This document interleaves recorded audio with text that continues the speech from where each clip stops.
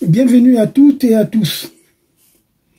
Je vais faire la genèse de la guerre de décembre 1998 au Congo. Voici 26 ans. Pour vous montrer la face trompeuse de Sassou Nguesso, qui est devenu le chef de l'apartheid au Congo-Brazzaville. En tout cas, ce récit que je vais vous faire, je le ferai probablement en 3 parties. Parce qu'il est très intéressant de comprendre pourquoi le Congo est mal gouverné et pourquoi Sassou Nguesso est un chef d'État démagogique. Comme avait dit son fils, il se fait valoir à l'extérieur, mais à l'intérieur, il n'est pas aimé par les Congolais. Et surtout, c'est le chef de l'apartheid. Parce que livré au bon vouloir d'un petit groupe d'hommes et de femmes avides, le Congo s'est donc enfoncé dans une crise sans fin. C'est pour cela qu'à chaque événement, à chaque commémoration, nous essayons de relater la réalité, ce qui s'est fait, ce qui s'est dit. En tout cas pour nous, Sassou Nguesso, que nous avons supporté pendant son exil, parce qu'il nous avait fait miroiter beaucoup de choses, il a même publié un ouvrage où il avait donné son projet de société, malheureusement, qu'il n'a jamais appliqué. Il a fait tout à fait le contraire de ce qu'il a écrit. En tout cas, Sassou Nguesso n'a pas su s'engager sur la voie de la démocratie. Après donc la conférence nationale souveraine, de février à juin 1991, et le forum pour la reconstruction et le redressement du Congo en janvier 1998. Sassou Nguesso, qui avait reproché à l'époque Pascal Lissouba d'avoir failli à sa mission d'appliquer les actes de la conférence nationale souveraine, en disant que Pascal Lissouba n'a pas mené une véritable politique de décentralisation, alors que lui, il a préféré justement cette politique aussi de développement séparé. Il a mis en place une police politique et une armée clanique. Pour se justifier, Sassou accuse toujours les hommes politiques, et notamment ceux qu'il a nommés, ne rien faire. Depuis qu'il parle, il n'y a pas de menu frétin, il n'y a que tous des gros poissons, il faut les prendre, les mettre au nouf. Il n'a jamais fait. Il dénonce toujours. Et d'ailleurs, il n'est jamais responsable de quelque chose. Aujourd'hui, nous savons très bien que pendant les événements de 98, il a mis en cause Koulela et Pascal Lissouba qui ont, selon lui, instauré le chaos, parce que les événements de 98 étaient étendus pratiquement dans toute la République, notamment dans la partie sud, notamment le Poul, la Bouenza, la Lekoumou, le Nyari. Sassou Nguesso s'est lancé dans une frénésie d'achat d'armes de tout type, de tout calibre. Il a créé des camps d'entraînement de sa propre milice, Cobra. Il le recrute que dans son clan, dans sa zone. Il met des bases clandestines. Aujourd'hui, en 2024, il est allié aux Rwandais. Nous le savons très bien. Les nombreux Rwandais sont déjà rentrés au Congo. Ils sont pratiquement près de 3000 déjà. Même si ils ont pris des habits de civils. Mais en tout cas, on sait très bien que les Rwandais sont en train de se renforcer au Congo. En tout cas, je voulais revenir sur les événements de décembre 1998. On est aujourd'hui le 20 décembre 1998, parce que effectivement, on est en pleine guerre dans les quartiers sud de Brazzaville. Je voulais aussi revenir sur un point en disant que c'est d'août à décembre 98 jusqu'en décembre 2022 que Sassou a fait parler la poudre et les canons dans la partie sud du Congo. Ntoumi, un illuminé, constate d'ailleurs, à l'absence de Bernard Kolela, que le pôle est menacé et qu'il faut lutter pour le sauver.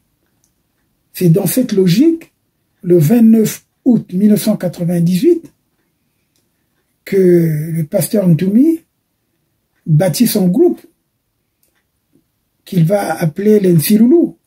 Il bâtit son groupe par la prière, par des chants de résistance. C'est ce groupe qui prend le nom de Ninja Nsiloulou, donc va se battre. Je ferai un grand développement sur cela, sur la formation de ce groupe, parce que je veux revenir dans la deuxième partie justement de cette émission, parce qu'aujourd'hui nous n'allons suivre que la première partie, parce que le mythe de l'invulnérabilité de Ntoumi est né pendant cette période où il faisait prier et chanter tous ces résistants à qui il faisait suivre un certain nombre de principes. Ceux qui respectaient justement les consignes qu'il donnait sortaient indemnes des combats. Et Ntoumi, donc, s'est retrouvé à la tête des milices ninja de Bernard Kolela, que lui, il va débaptiser Nsiloulou. Et pourquoi je parle de lui? C'est parce que il y a beaucoup de spéculations autour de Ntoumi, comme d'ailleurs beaucoup de spéculations autour de tout le monde. Parce que le Congolais n'est pas, comme j'avais dit, n'est pas véridique.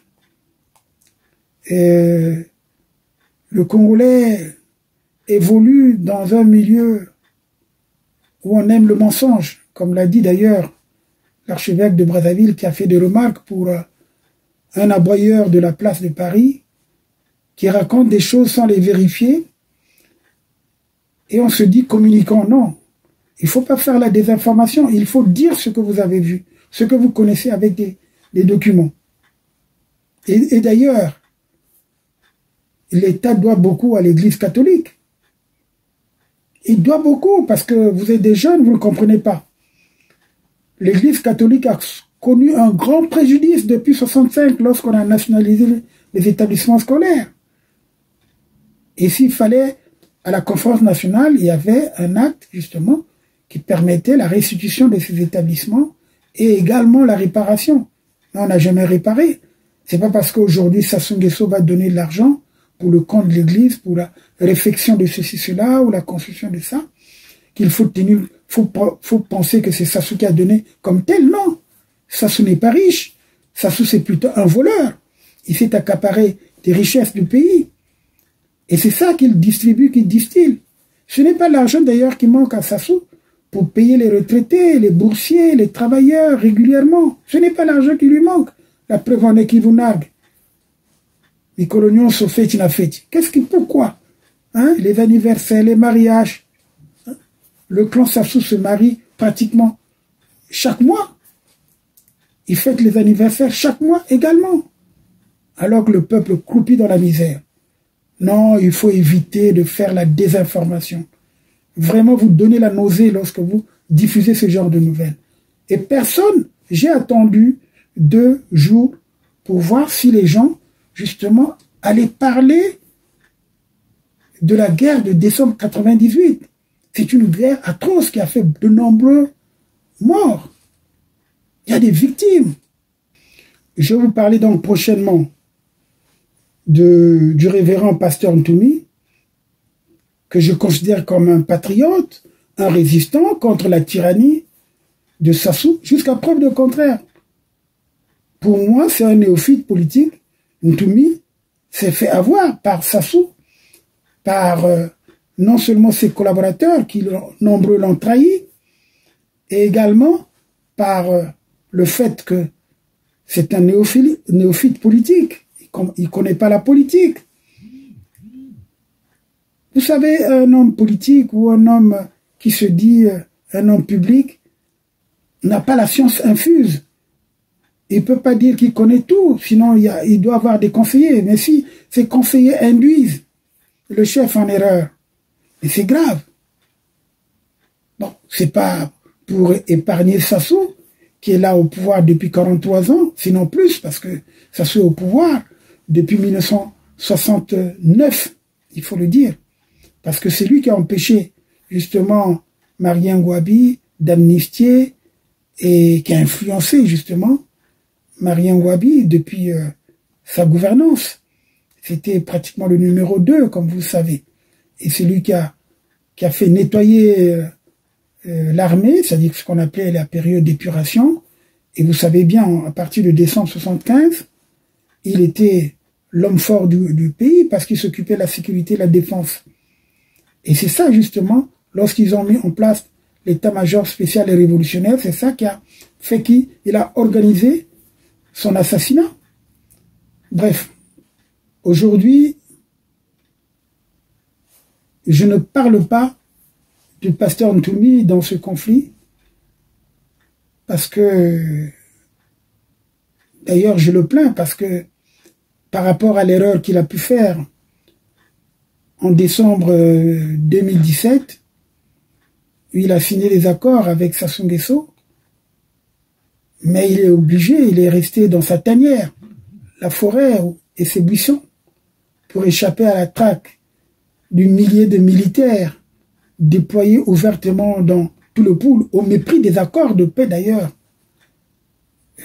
patronnés et signés par l'un des plus grands voleurs du pays. Il s'agit de Raymond Zéphirin Mboulou, le Chacal. Je ne dis que ce que je connais, je ne dis que ce qui est réel, car j'ai toujours suivi le développement du pays et de sa résistance à travers donc justement les combattants qui sont au fond. C'est pas des gens qui viennent inventer des choses, ils connaissent pas la personne, ils vous collent une étiquette et ça vous affiche parce qu'ils ont envie de se faire connaître. Des gens dépourvus même de culture. Qu'est-ce que vous voulez qu'on dise? Qu'on réponde à tous ces énergumènes? Non, on ne peut pas répondre. On le dit avec des actes. Donc vous suivez les images, ce qui s'est passé en 1998. Donc par mes différents contacts avec le pasteur Ntoumi et quelques chefs des différents fonds de résistance, je sais que les gens ignorent qu'il y a eu de nombreuses victimes du côté de nos résistants, comme du côté des forces de Sassou, c'est-à-dire que ces milices. Passons donc à ce qui s'est passé dans la capitale le 18 décembre 1998, en témoin et surtout pour avoir filmé les charniers de la capitale, de nombreuses victimes, et d'avoir organisé l'opération de la protection des personnes et des biens, comme vous allez le constater tout le long de ce récit que je fais. Aujourd'hui, le 20 décembre 2024. Et puis, il faut dire que 26 ans après, il y a des gens qui continuent, malgré les affabulations de certaines personnes, mais je me suis attaqué aux Matsouanistes. Mais il n'y a pas d'affaire des Matsouanistes. Les deux victimes Matsouanistes qui ont été reconnues, pour ceux qui vont à Brazzaville, ils savent bien que maintenant il y a un mausolée là-bas. Les deux personnes que j'ai fait enterrer parmi les victimes que j'ai vues dans des parcelles, dans des rues et dans des endroits. Lorsque je suis arrivé dans la concession des Mabamampissa, justement, je constate 2 morts et puis un blessé grave que la Croix-Rouge avait emporté, et j'ai demandé à ce qu'on les enterre sur place parce qu'il y avait trop de morts dans des quartiers ou dans les maisons ou encore dans des endroits. Ça devient passionnant. Passionnant. Forum FM 105.8. Forum FM 105.8. Moi, j'aime. Bon, bah, c'est pas tout ça que j'en étais, moi. Forum FM 105.8. Grand, géant, génial.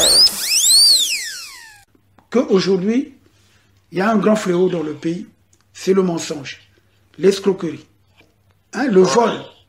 Mais vous savez, maître, le mensonge c'est pour un temps, hein, et la vérité c'est éternel.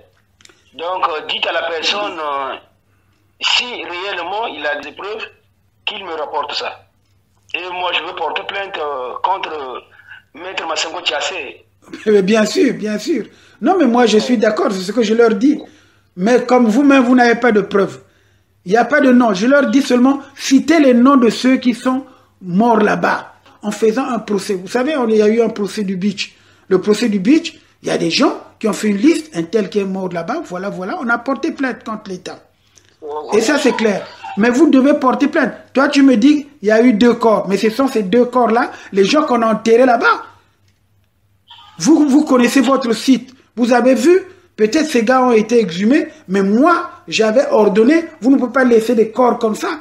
Moi, je suis passé partout. Il y a des corps même qui sont défigurés parce qu'il y a des chiens qui passent, qui mangeaient ces corps. Mais vous ne pouvez pas garder un corps comme ça. Et c'est pour cela que les personnes qui étaient là, ils ont pris la pelle, ils ont creusé et ils ont enterré les 2. Je pense que vous connaissez votre site.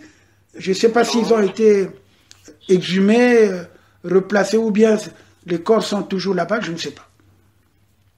Non, j'avais conservé les corps ici, là. Donc, comme on avait construit un monument à leur mémoire. Ah. Donc, il y avait 2 corps. C'est finalement, il y avait 2 corps, non? Bon, moi, ce que j'avais vu, c'est 2 corps. Voilà. Mais c'est les mêmes. Donc, nous parlons la même chose. C'est les mêmes. Parce que moi, j'ai la mémoire. J'ai dit, c'est pas croyable. En date du 22 décembre 98, oui. J'étais présent dans le site avec mon défunt père. Voilà, voilà, voilà.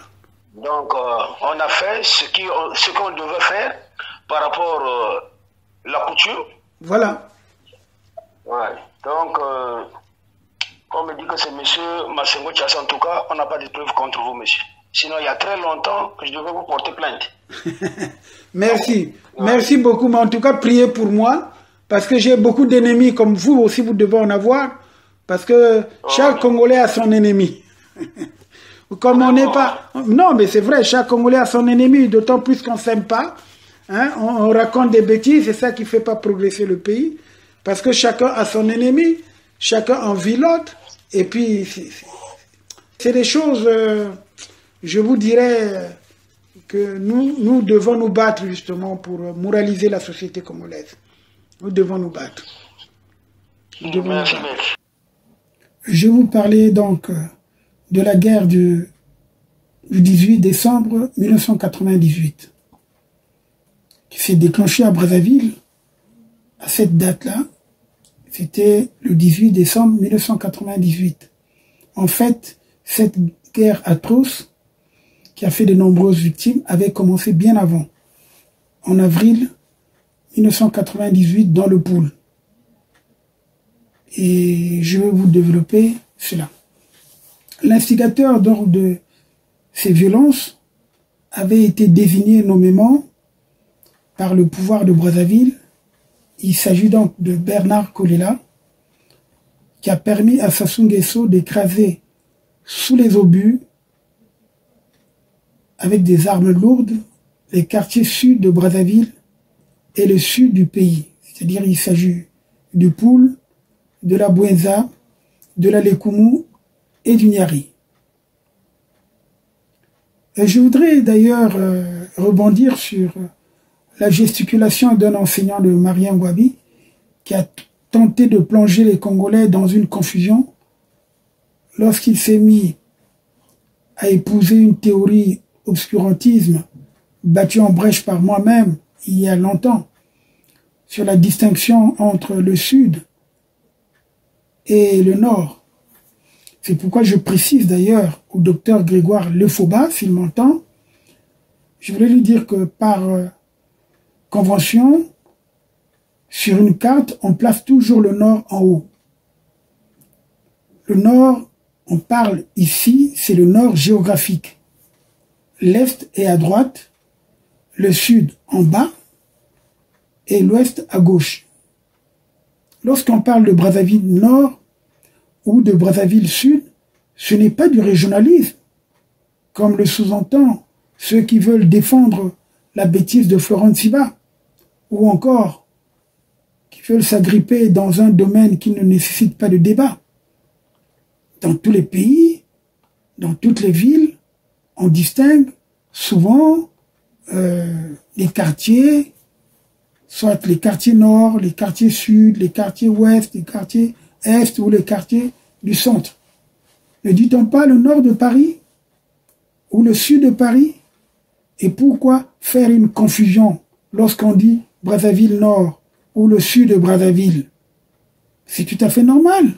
Si nos premiers enseignants, ceux qui nous ont enseigné, soit au lycée Servandon de Brazza, qui a été la référence justement de celui qui a présenté sa carte, et certaines personnes ont applaudi, il a fait de bonne foi. D'ailleurs, je voulais souligner ceci. Un bon architecte tient compte de l'orientation d'une maison ou d'un appartement entre le nord et le sud pour un meilleur confort, pour un meilleur éclairage, c'est-à-dire qu'il y ait une parfaite luminosité pour la maison. Et autre chose, également les phénomènes. Lorsqu'on dit le lit, on doit le placer côté nord ou c'est pas côté sud, c'est pas... Voilà. En tout cas, dans tous les pays ou toutes les villes où l'on parle du nord ou du sud, l'équateur n'y passe pas. Toujours. Donc cette ligne géographique, imaginaire, représentée sur les cartes de notre planète, est celui qui coupe la Terre en deux parties égales, selon un plan perpendiculaire à son axe de rotation, l'hémisphère nord et l'hémisphère sud. Parce que l'équateur, c'est un grand cercle imaginaire de la sphère terrestre, perpendiculaire, comme je l'ai dit, à son axe de rotation. Au Congo, on nous a appris et démontré que l'équateur passe à Makwa, cette ville du nord du Congo, est donc située à égale distance des pôles. On ne pouvait donc pas parler du nord à partir seulement de Makwa. C'est quand même une aberration. Éviter les débats qui sentent la poudre de l'apartheid. Alors revenons donc à notre sujet de la guerre atroce du 18 décembre 1998, où le même jour, Bernard Kolela, ancien maire de Brazzaville et ancien premier ministre éphémère de Pascal Lissouba, va déclarer sur l'antenne de RFI que ses enfants ont déjà occupé des points stratégiques de Brazzaville et que les forces de Denis Sassou Nguesso sont repoussées très très loin derrière les montagnes de la partie nord de Brazzaville. Alors, selon donc des informations de bonnes sources, cette nouvelle erronée est l'œuvre d'un folklorique prétendu conseiller de Bernard Kolela à l'époque, identifié d'ailleurs comme auteur de plusieurs grossiers mensonges au service de la police politique de Sassou. En tout cas, Bernard Kolela avait donné là à Sassou une raison d'exécuter son plan Mouébara, parce que les médias d'État se sont livrés à une véritable désinformation en parlant d'une tentative de coup d'État réalisée avec des moyens importants. Selon le pouvoir, l'opération débutée donc au mois d'août dans le Poul aurait l'appui des éléments de l'unité de Jonas Savimbi, ce qui était d'ailleurs faux. Il faut le dire. Comme je vais le développer, je vais vous expliquer comment justement les Nsilulu de Ntumi, qui étaient justement différents des ninjas de Kolela, ont résisté. En tout cas, ce grossier mensonge de l'appui des éléments de l'UNITA a servi de prétexte aux Angolais justement pour prêter main forte à une armée de Cobra, milice de Sassou, les revanchards contre le Poul. La densité du tissu urbain n'a pas empêché à ce qui n'était plus une force publique de s'en prendre aux civils lors des opérations de nettoyage. Jusque-là, personne n'entendait parler de Ntumi, car en tant qu'Ngunza, ce dernier soignait les malades. Suite donc à cette déclaration insensée de Bernard Kolela RFI, les autorités congolaises vont donc considérer comme chef de mouvement terroriste, il convenait de réduire au silence, c'est-à-dire Ntumi, qui avait pris la relève en tant que Ngunza. Dans cette liste était également mentionné l'ancien ministre de Pascal Lissouba, Ngila Mungunga Nkombo. Sassou a toujours voulu la tête de Ngila Mungunga Nkombo, qui est l'une des rares personnes d'ailleurs qui avait vu Massamba Deba agonisant dans la cellule où il était enfermé le 18 mars 1977. Donc, à la suite d'ailleurs de nos investigations, nous nous demandons si Massamba Deba n'avait pas été exécuté plus tôt, contrairement à la date du 25 mars 1977 qui était diffusée par le CMP. En tout cas, en réalité, cette guerre du Poul qui s'est abattue sur Brazzaville le 18 décembre 1998 a commencé dans la localité de Mindouli le 29 août 1998. Donc, près de 4 mois se sont écoulés avant que les affrontements n'atteignent les quartiers sud de Brazzaville. D'ailleurs, un sage du Poul, aujourd'hui décédé, m'avait prévenu de faire attention. C'était après la cérémonie commémorative du 3 novembre 1998, date à laquelle j'ai procédé à l'inauguration de la place du 3 novembre 1998, donc à commission. Je vous montre les photos, car bientôt à Brazzaville, nous allions vivre des événements plus sanglants. Alors, pour avoir vécu ces événements de décembre 1998, après mon retour d'une mission en Europe, la semaine qui a précédé les attaques de Brazzaville, j'avais organisé à Brazzaville plusieurs cérémonies commémoratives du cinquantenaire de la proclamation de la Déclaration universelle des droits de l'homme. Au cours de cette commémoration du 10 décembre 1998, qui n'a d'ailleurs pas bénéficié d'aucun appui, qui n'avait jamais bénéficié d'aucun appui, ni soutien de l'État, ni de l'organe onusien, nous avons fait jouer la pièce qui a violé mes droits fondamentaux dans la grande salle du palais du Parlement. Ensuite, nous nous sommes rendus le dimanche 13 décembre 1998 avec tous les artistes et comédiens à Saint-Alphonse pour un pique-nique garden party chez le vieux Mavounia, le père de mon frère et ami Charles Nana Mavounia, venu passer les fêtes de fin d'année au Congo après 33 ans d'absence. Il avait quitté le Congo en 1974 pour faire ses études en Union soviétique.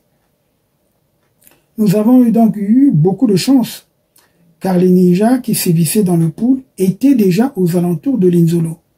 Donc à Saint-Alphonse, lorsque nous avons quitté ce lieu festif, moins de 10 mètres avant d'atteindre Ngangalingolo, nous avons été accueillis par un cortège de forces armées qui se dirigeait vers l'endroit où nous étions. Je commençais à m'inquiéter pour Charles, le nana, qui était resté auprès de son vieux papa. D'ailleurs, qu'il verra d'ailleurs pour la dernière fois. Car 2 ans après, ce dernier avait rejoint l'Éternel. Donc, avec ma délégation, nous sommes bien rentrés à Brazzaville. La suite des événements était prévisible. Le mardi 15 décembre 1998, je sors du Parlement, j'arrive aux abords du marché Total et je rencontre des gens porteurs de baluchons. Alors, je fais demi-tour pour me rendre à Télé Congo et voir mon ami Bertin Osenza afin que son équipe du soir filme les images et les diffuse au journal de 20h. Il n'a pas hésité et l'équipe de Télé Congo a filmé cet exode à partir du domaine de Pilo sur la Nationale 1 vers Mafuta, à 2 km d'ailleurs du pont du Dieu. Les reporters ne pouvaient pas progresser et Kiunzu Morel, qui était déjà là, nous étions donc également stoppés par les forces armées aux environs de Madibou. J'étais déçu car je voulais aller chercher mon frère et ami d'enfance, Charles, qui était bloqué à Saint-Alphonse. Alors je décide donc de repartir à la télévision où je vois Bertin Oséda en discussion avec un commandant qui lui interdisait de diffuser le reportage de son équipe. On s'est posé la question de savoir comment ce commandant s'y était pris pour avancer que nous avions fait filmer ce déplacement des populations vers Makelele et le Bas-Congo. Et d'ailleurs, pourquoi l'interdire? Ce jour-là, il n'y a pas eu de journal, ni de 20h, ni de 22h30 à Télé-Congo. Parce que Bertin Oséda avait tenu et son équipe avait défendu leur choix de ne pas respecter l'injonction faite par ce commandant de la garde républicaine, la garde présidentielle en fait. Alors jeudi 17 décembre 1998, le président Sassou se rendait au sommet de l'OUA, donc, à Addis Abeba. Je suis arrivé à proximité de l'avion. Foulant au pied le protocole, en lui secouant fortement la main, je lui ai demandé de ne plus partir car une nouvelle guerre pointait dans la capitale. Il m'a rassuré devant son épouse, Antoinette Sassou Nguesso, et son ministre de l'Intérieur, le général Pierre Ouba, qu'il ne se passerait rien. Et le ministre de l'Intérieur d'ajouter d'ailleurs que la situation était sous contrôle et qu'une délégation des ninjas serait en conclave à l'hôtel Olympique Palace avec lui. Je me suis donc calmé et, en toute naïveté, j'ai cru à leurs paroles et je me suis donc rendu au fret à l'aéroport de Maya-Maya, à moins d'ailleurs de 150 mètres du salon d'honneur où nous étions, pour récupérer tous mes effets, équipements de la maison et de travail que j'avais expédiés de Paris le 4 décembre 1998 pour les déposer chez moi en Pissa, dans la rue Kitege. Malheureusement, ces biens avaient été pillés le lendemain en Pissa, perdant ainsi plus de 16 millions de francs CFA de matériel, groupe électrogène, transport et fret compris. Voilà. Donc, on arrive le vendredi donc 18 décembre 1998, le jour où il y a le pillage, sans savoir que Bas-Congo et Makelele étaient finalement déjà encerclés par les ninjas qui rentraient en même temps que les populations qui avaient leur baluchon, comme je vous l'ai dit tout à l'heure. Moi, je sors tranquillement chez moi vers 10h à Pissa, dans la rue Kitenge, à 9h30 plutôt, pour le palais du Parlement, où le Conseil national de transition siégeait pour la session budgétaire. C'est en arrivant vers le centre sportif que le colonel Marcel Twanga, tout juste avant le centre sportif, c'est-à-dire que lorsqu'on quitte le marché total, je rencontre donc le colonel Marcel Twanga qui m'arrête et me demande de l'accompagner au-delà du pont du Dieu, afin de ramener sa famille dont justement l'un de ses enfants sera plus tard assassiné dans l'affaire du Beach. Narcisse. J'ai donc pris le colonel Twanga à bord de mon véhicule, mais nous n'avons pas pu atteindre l'autre côté du pont du Dieu, où il y avait, et même bien avant d'y arriver, des combats entre ninjas et les unités dirigées par le colonel Léonard Essongo. Ce dernier qui m'avait reconnu me fait signe. « Maître, maître, vous ne pouvez pas progresser au-delà de ce pont, car on se bat à Mansinou. » Nous entendons d'ailleurs des détonations et des tirs à l'arme lourde. C'est à ce moment que nous avons compris la réalité de la situation. En arrivant au pont du Dieu, on ne pouvait plus passer. Le colonel Essongo nous demande donc de repartir, car il y avait des affrontements, comme je l'ai dit, avec les ninjas. En effet, ces combats n'ont pas épargné tous ceux qui étaient en route pour se réfugier en profondeur dans le pool. Mon agent de sécurité, le sergent-chef Médard, me demande de faire un tour chez lui à Kinsundi afin de se mettre en tenue et de prendre son Pemaka. Au retour donc vers ma campagne, donc à Mukundingwaka, plusieurs coups de feu sont entendus en notre direction. Le colonel Marcel Twanga, qui était toujours à bord du véhicule, me dit 2 fois, maître, on tire sur nous. Ce sont des castors, sortons de la zone. On est visé, on tire sur nous. En effet, il n'y avait plus de circulation de véhicules, les gens avaient déserté les rues, il n'y avait plus de marché. Nous avons donc pris la direction du château d'eau, Télé-Congo, Stade Marchand, Boulevard des Armées, avant de nous retrouver au Palais du Parlement.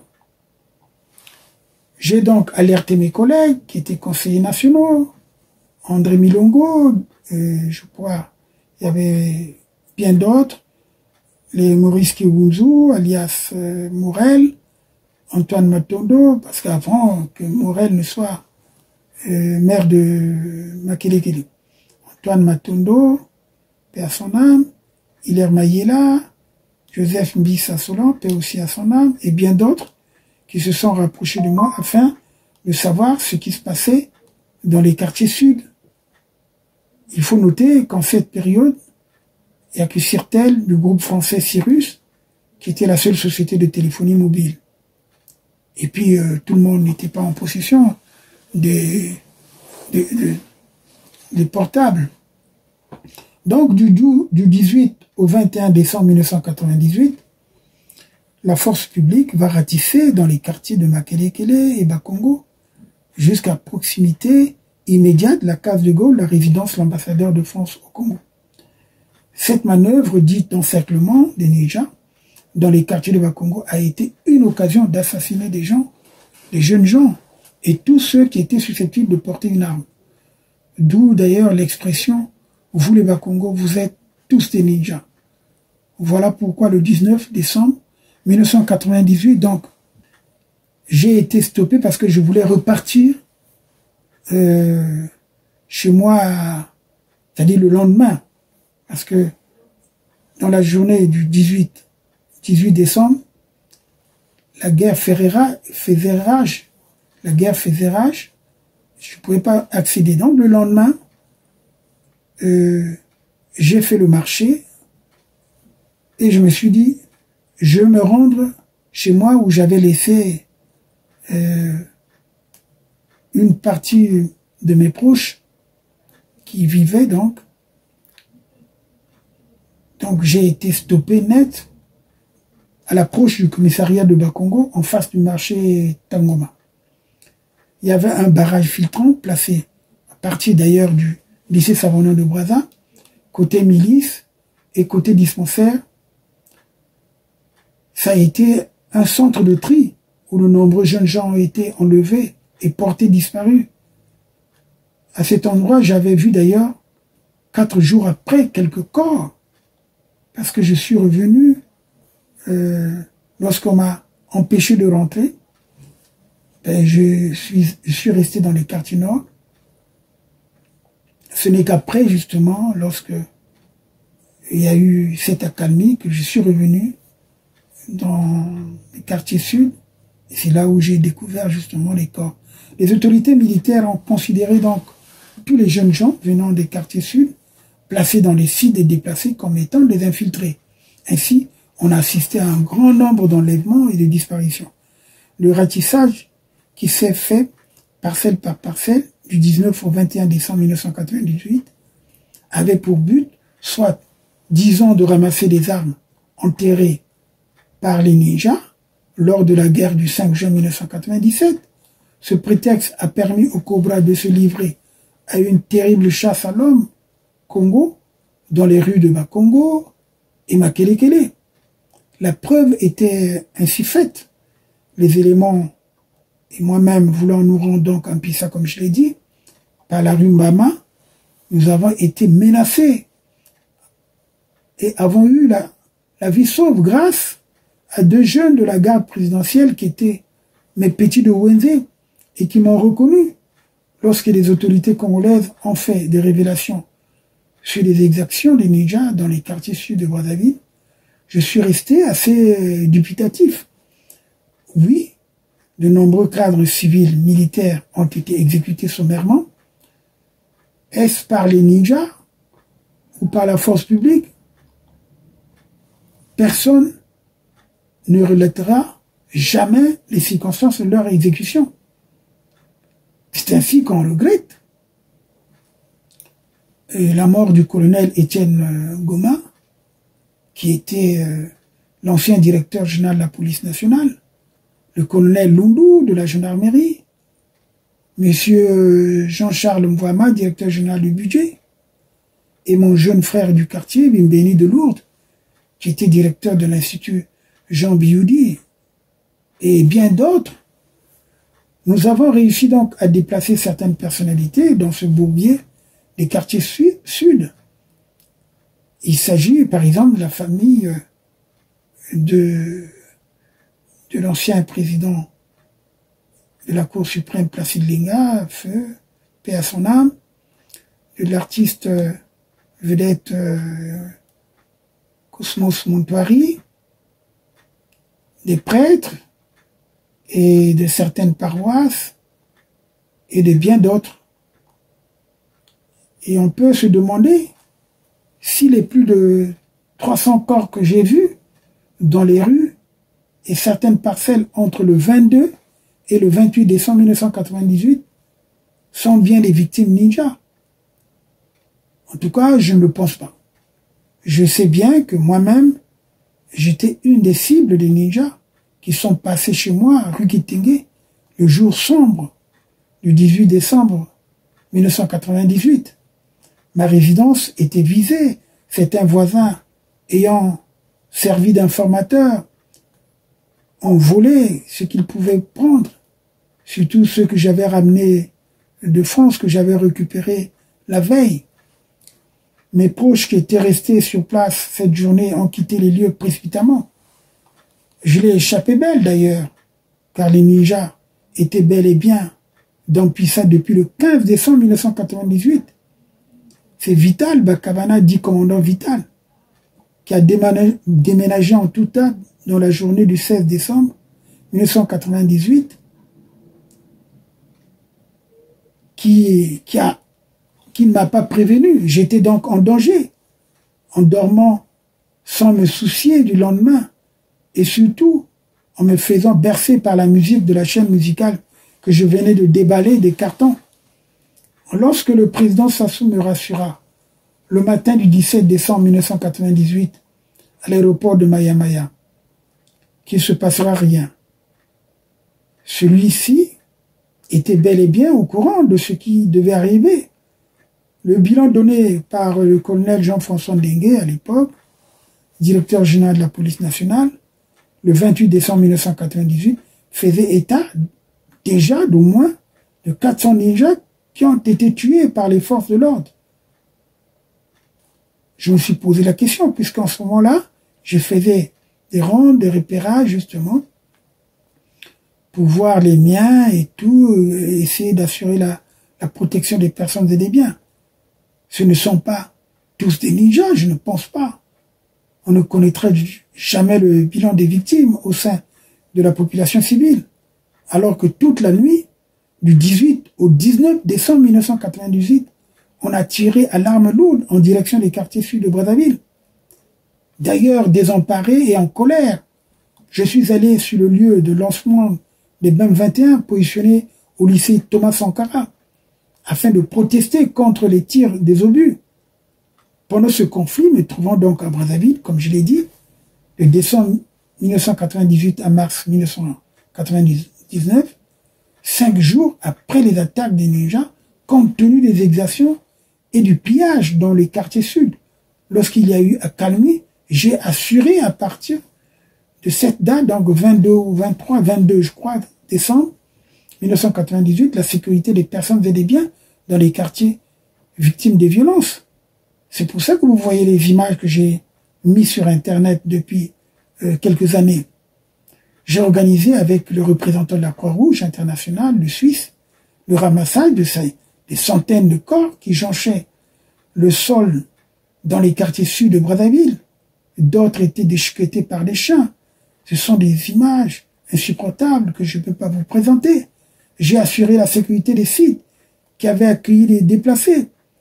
C'est ainsi que nous avons sauvé de nombreuses vies et assuré la protection des biens les populations réalisaient des images parfois insoutenables, comme je l'ai dit, pour constituer les preuves des exactions. Cet album existe. Je l'ai mis dans mon ouvrage que vous voyez ici. À la page 462, j'ai publié au moins une trentaine de photos. Malheureusement qu'ils ne sont pas en couleur, parce que si c'était en couleur, c'est horrible. Mais tôt ou tard, je publierai ces photos en couleur pour que les gens voient la réalité, la gravité. Comme mentionné plus haut, donc nous avons sorti de chez eux de nombreuses personnes pour les mettre à l'abri dans les quartiers nord. Au cours de cette opération de sécurisation des personnes et des biens, avec mon équipe dirigée d'ailleurs par le capitaine Patou Bagana, composé du capitaine Samba et d'une dizaine de sous-officiers, nous allons découvrir les sites de Kingwari, du séminaire Cardinal Émile Beyenda et Saint-Jean de Kinsundi. Tous ces refuges-là abritaient plus de 60 000 personnes. J'avais donc demandé pour des raisons de sécurité que les deux sites fusionnent. Et c'est ainsi qu'on a ramené ceux qui étaient à Kingwari directement au séminaire Émile Beyenda et à Saint-Jean. En tout cas, privé de sommeil pendant 4 jours, pour la première fois, je remettais pied à Pissa, chez moi, rue Kitenge. Donc, j'avais décidé de me reposer quelques minutes sur le divan qui était encore en place, bien que certaines affaires aient été emportées par les pillards.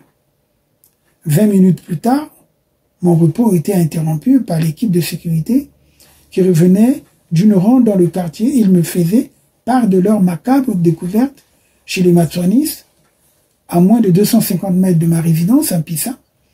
Les Matswanis sont des voisins et des familiers à qui je rendais visite grâce à mes grands-parents compagnons d'André Matswa. Nous avons donc trouvé 2 morts et un blessé grave et 2 hommes enfermés dans leur temple. Nous avons donc demandé ce qui s'était passé avant de faire enterrer sur place les corps des 2 victimes. Grâce donc au HCR, les 2 blessés, le blessé plutôt, trouvé sur place a été conduit au CHU. Je n'ai plus de ces nouvelles. En effet, une des personnes enfermées dans le temple nous dira que c'était des gens en tenue qui avaient ouvert le feu sur eux le vendredi. C'est passé le vendredi 18 décembre dans l'après-midi. Alors, le même jour, personne ne pouvait circuler dans les quartiers, si ce n'est avec une forte escorte armée. Et c'est d'ailleurs plus tard, je ne vous le cache pas, que j'ai su, c'est à peine quelques mois, j'ai su que finalement cette escorte était l'escorte de Blaise Adoua, qui était commandant de la garde présidentielle, qui était mandaté par le président de la République pour aller prendre la maman de Gérard Bitsinou, qui était la voisine des Matswanistes. Donc probablement c'est à ce moment-là que les gens ont utilisé des armes pour peut-être se dégager, ou bien ils sont rentrés peut-être dans la parcelle de Mabaman Pissa pour tirer. Bon voilà, c'est un peu la version qui corrobore par rapport à ce que le premier témoignage que nous avons eu. Mais malheureusement, nous avons appris, des gens racontaient n'importe quoi, il y a eu des massacres, il n'y a pas eu de massacres. Et d'ailleurs, ces 2 personnes que j'avais fait enterrer sur place, et il y a un monument qui existe, les noms sont connus, ils sont 2 personnes. Aujourd'hui, à Mabaman Pissa, ils ont leur monument, c'est leur martyr qui était tué pendant ces événements. Pour revenir à la journée du 18 décembre, justement, je vais vous relater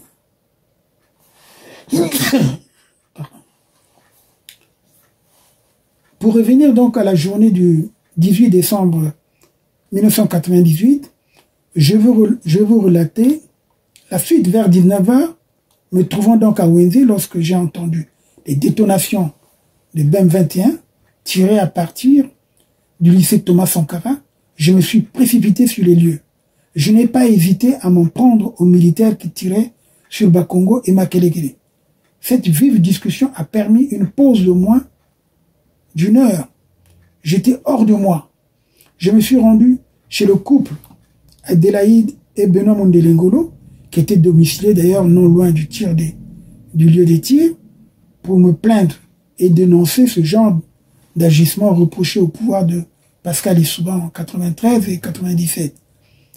Ne sachant pas où aller passer la nuit, je me suis retrouvé dans les locaux de Radio Liberté, en Combo, non loin de chez Tassoa, avec mon petit monde que j'avais, puisque tous ceux qui m'accompagnaient, en dehors de Twanga qui était sorti dans la journée, et après le Parlement, moi je me suis retrouvé en errance en fait. Donc je me suis retrouvé vers la Radio Liberté, en Combo, non loin de chez Tassoa, le général Jap, où j'avais passé la nuit avec des éléments de ma garde avant de leur trouver le lendemain un lieu d'habitation à Wenze. Une semaine après, Gérard Bissindou, d'ailleurs directeur de cabinet du président, m'a fait installer à l'hôtel Bikoum avec d'autres cadres du Sud qui étaient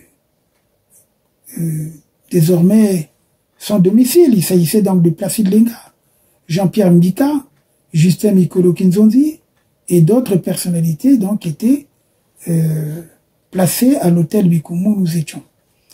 Donc le 19 décembre 1998, avec mon équipe, nous avions fait des courses très tôt et voulions nous rendre un pissa pour avoir des nouvelles de nos proches, comme je l'ai dit tout à l'heure. En passant donc au niveau du commissariat de Bakongo, je voulais me rendre à partir du Square de Gaulle, et là nous avons été arrêtés parce qu'il y avait un bouchon, afin de laisser le passage. J'avais invectivé les gens qui avaient fait un bouchon, qui ne voulaient pas laisser passer les populations qui se mettaient à l'abri des combats. Et j'étais fâché, quelques semaines d'ailleurs. Après, j'avais compris que tous les Bakongo étaient pris pour des ninjas, comme je l'ai dit tout à l'heure, qu'il ne fallait pas les laisser passer dans les quartiers nord sans un minutieux contrôle. Nous en avions fait la triste expérience. En arrivant vers le commissariat de police de Bakongo, en face donc du marché Tangoma, comme je l'ai dit tout à l'heure, alors que nous voulions emprunter la rue Mbama pour sortir vers le dispensaire de la SNCF, nous avons été stoppés par des éléments de la garde présidentielle, avec des supplétifs Cobra, qui ont failli tirer sur nous, en disant c'est une zone de guerre. Effectivement, ils ont tué. S'il y a eu beaucoup de victimes dans cette zone de Mama, où je connaissais d'ailleurs une famille, et on a recensé après plusieurs morts. Après plus de 20 minutes de discussion, nous avons eu la vie sauve. Parce que les gens voulaient nous prendre pour étant des complices des ninjas. Parce qu'en fait, en réalité, il y avait des combats jusqu'au 19. Donc, ils voulaient nous abattre parce qu'ils avaient trouvé dans le coffre de la voiture de la nourriture en abondance. Et qu'en plus, nous les avions surpris mettre le feu dans les locaux du PSP de Bakongo, à moins de 200 mètres de la case de Gaulle, résidence de l'ambassadeur de France au Congo, d'où nous entendions des cris au milieu des flammes. Selon eux, nous étions en complicité avec des ninjas pour les ravitailler. Nous avons donc abandonné les vivres, achetés pour nos proches, qu'on était censé aller ravitailler, et d'ailleurs c'était pour nous parce qu'on ne pensait pas que cette situation allait durer. Nous avons fait demi-tour. En effet, on ne s'était pas rendu compte que les affrontements entre les ninjas et la force publique se poursuivaient dans les quartiers sud, et notamment à moins de 800 mètres de là où nous étions, du lieu où l'on se trouvait. Nous entendions des crépitements d'armes lourdes vers les secteurs du fleuve à la main bleue, la SNCF, l'école des Trois Francs et probablement vers le marché Commission. Hélas, nous ne sommes jamais arrivés à Mpissa, ni dans le quartier Nkewa, où nous devrions également laisser une partie des vivres à ma famille. Ce n'est que le 22 ou 23 décembre 1998, lorsque le calme fut revenu, que nous nous sommes rendus dans les quartiers sud de Brazzaville, bombardés depuis le soir du 18 décembre 1998 par les BAM 21 tirés, comme je l'ai dit, depuis le lycée Thomas Sankara. Comme je l'ai précisé plus haut, je n'avais pas hésité à me rendre sur ce site de tir et tenter d'empêcher les tireurs d'exécuter des actes considérés comme crimes. D'ailleurs, je vais constater des dégâts causés par les BAM 21 et d'autres armes lourdes qui avaient été tirées sur Bakongo et Makelekele. Plus tard, notamment des maisons éventrées qui flambaient, les corps qui jonchaient les rues. J'avais décidé de filmer pour l'histoire toutes les scènes qui sont sur YouTube, vidéo FRTDH. Certaines photos figurent donc dans ce livre, comme je l'ai dit tout à l'heure. Et surtout, j'ai vu deux grands charniers, le charnier du pont du Djé et le charnier qui se trouvait à Kinsoundi. À mon avis, de nombreuses victimes et des dégâts des maisons détruites ou brûlées ont été causés soit par des BAM 21 ou autres obus de mortier tirés sur les hauteurs du lycée Thomas Sankara, soit par les Cobras qui voulaient ravager le quartier Bakongo, fief des Bakongo. J'avais filmé d'une part des corps dans de nombreux secteurs, et comme je l'ai dit particulièrement au pont du Djé, vers l'usine de Kinsoundi. Il y avait donc ces charniers insupportables, et d'autre part de nombreuses scènes de pillage et de maisons brûlées. Pendant cette opération, j'avais constaté que plusieurs maisons étaient effectivement touchées par des obus, et d'autres brûlées par des gens haineux et jaloux. Lorsque les pillages ont commencé, j'ai informé le président de la République et le docteur Léon Alfred Opimba, qui était en charge de l'action humanitaire. Ensuite, j'ai passé un communiqué à Télé Radio Congo et Radio Liberté afin que les volontaires de la force publique, et particulièrement ceux habitant les quartiers sud, se joignent à nous pour assurer la protection des biens et des personnes qui ne s'étaient pas déplacées de leurs habitations. Je rendais également compte à l'archevêque de Brazzaville, Monseigneur Barthélemy Batantou, que je connaissais très bien parce que j'étais son enfant de cœur à Notre-Dame de Bakongo. Parfois le soir, je me rendais chez lui, on dînait ensemble. Il me connaissait bien. Au cours donc de cette opération de sécurisation des personnes et des biens, mon équipe a intercepté plusieurs pilleurs et des porteurs de bidons d'essence munis de bouts de papier où étaient inscrites les adresses des maisons à incendier. Certaines maisons ont été brûlées à la demande des commanditaires haineux. Nous avons sauvé beaucoup d'habitations et de biens. De nombreuses personnes et des familles entières ont été sauvées grâce à notre opération. Comme je l'ai dit, c'est le cas également de la famille Raoul Nkunku, dans la rue Molle à Bakongo. C'est le cas effectivement aussi de la famille comme Montouari Cosmos à Bifouti, de la famille Lenga Placide, comme je l'ai dit tout à l'heure, au Château d'Eau, de Samuel Gatabantou, avocat général près la Cour suprême, à Kinsoundi Barrage. Pour ne citer que cela, beaucoup de citoyens ont bénéficié de notre assistance pour leur évacuation. À la demande de Monseigneur Barthélemy Batantou, archevêque de Brazzaville, nous avons évacué quelques objets précieux se trouvant dans certaines paroisses catholiques du sud de Brazzaville, y compris ceux du grand séminaire Émile Biayenda et du petit séminaire Saint-Jean, dont l'abbé Donatien Bisaboulou fut le recteur. J'ai bénéficié donc de ce prêtre bienveillant, l'abbé Donatien Bisaboulou, qui était donc recteur du séminaire, qui m'avait permis de présider au grand séminaire Émile Biayenda une réunion de travail suivie d'un repas pour rapprocher les ecclésiastiques et les miliciens Cobra qui faisaient rage, qui venaient enlever les gens.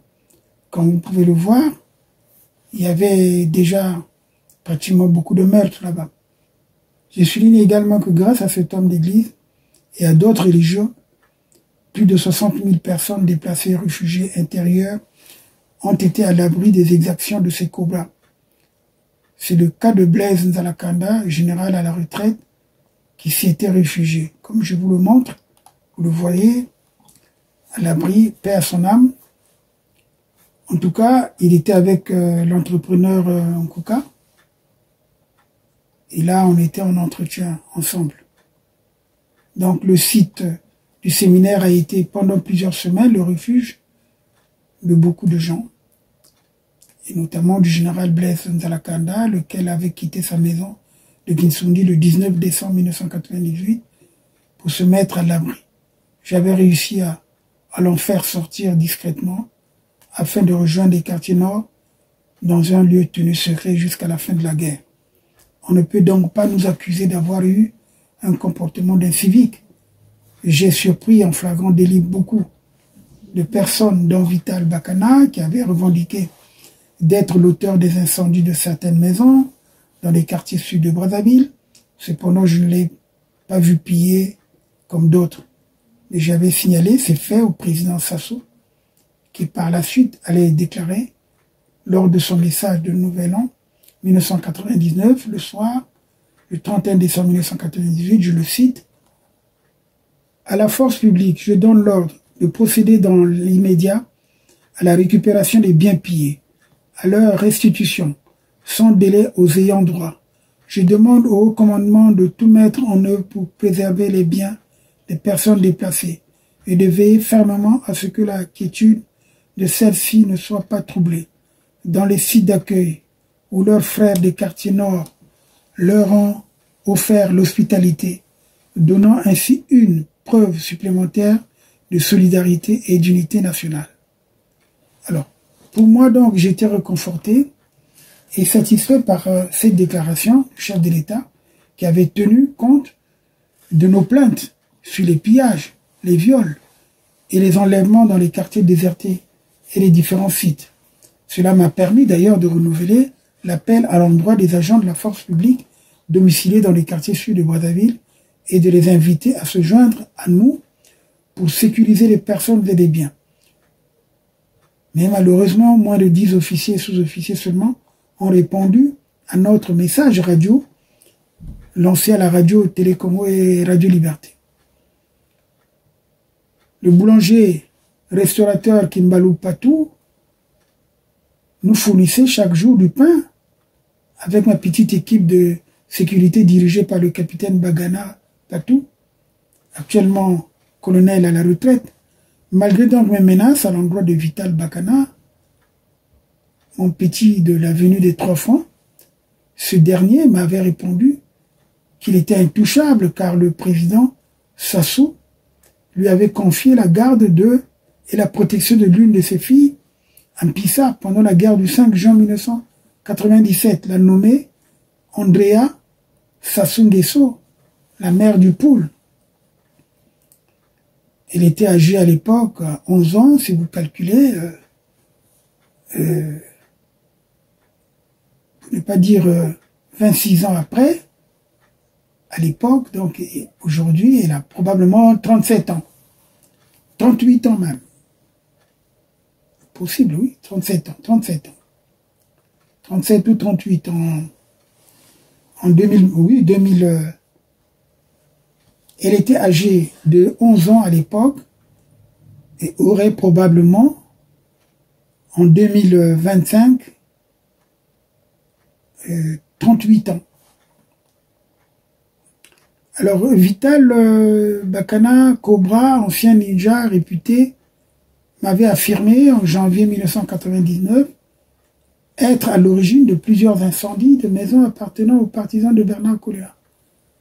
Voir les photos, 460, voir la photo que je vous présente en discussion avec moi. D'ailleurs, cette photo a été présentée par les gens de mauvaise foi comme étant, moi je pactisais avec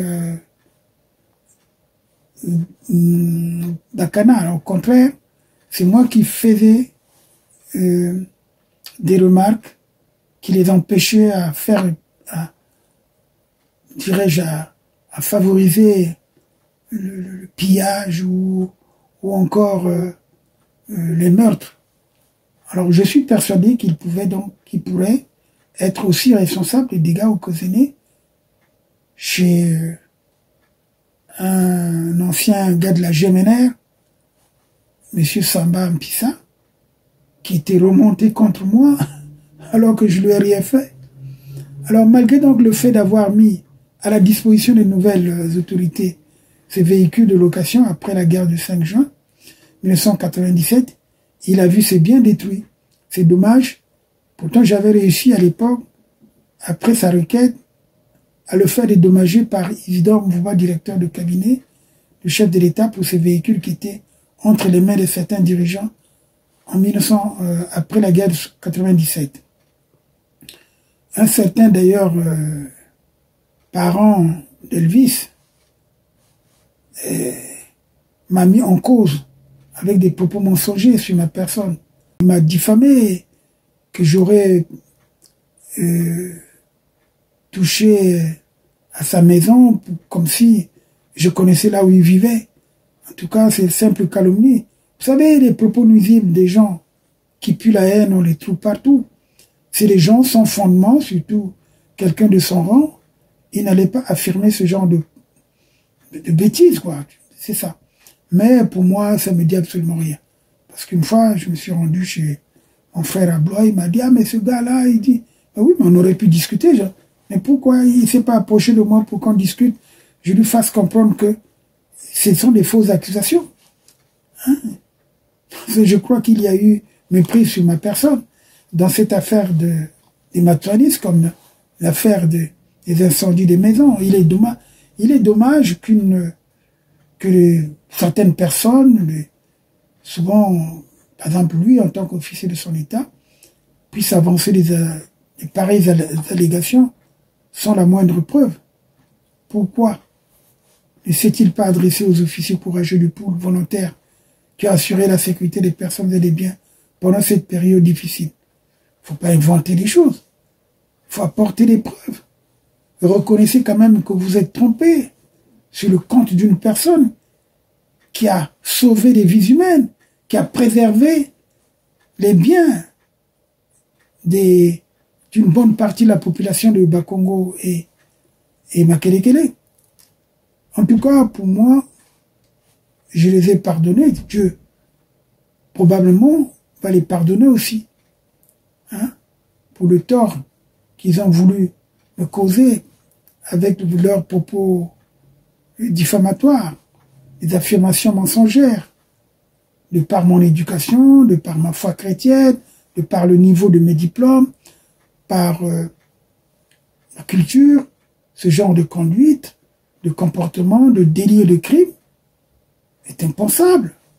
Incendier des maisons, meurtres et assassinats, c'est inimaginable. Donc voilà.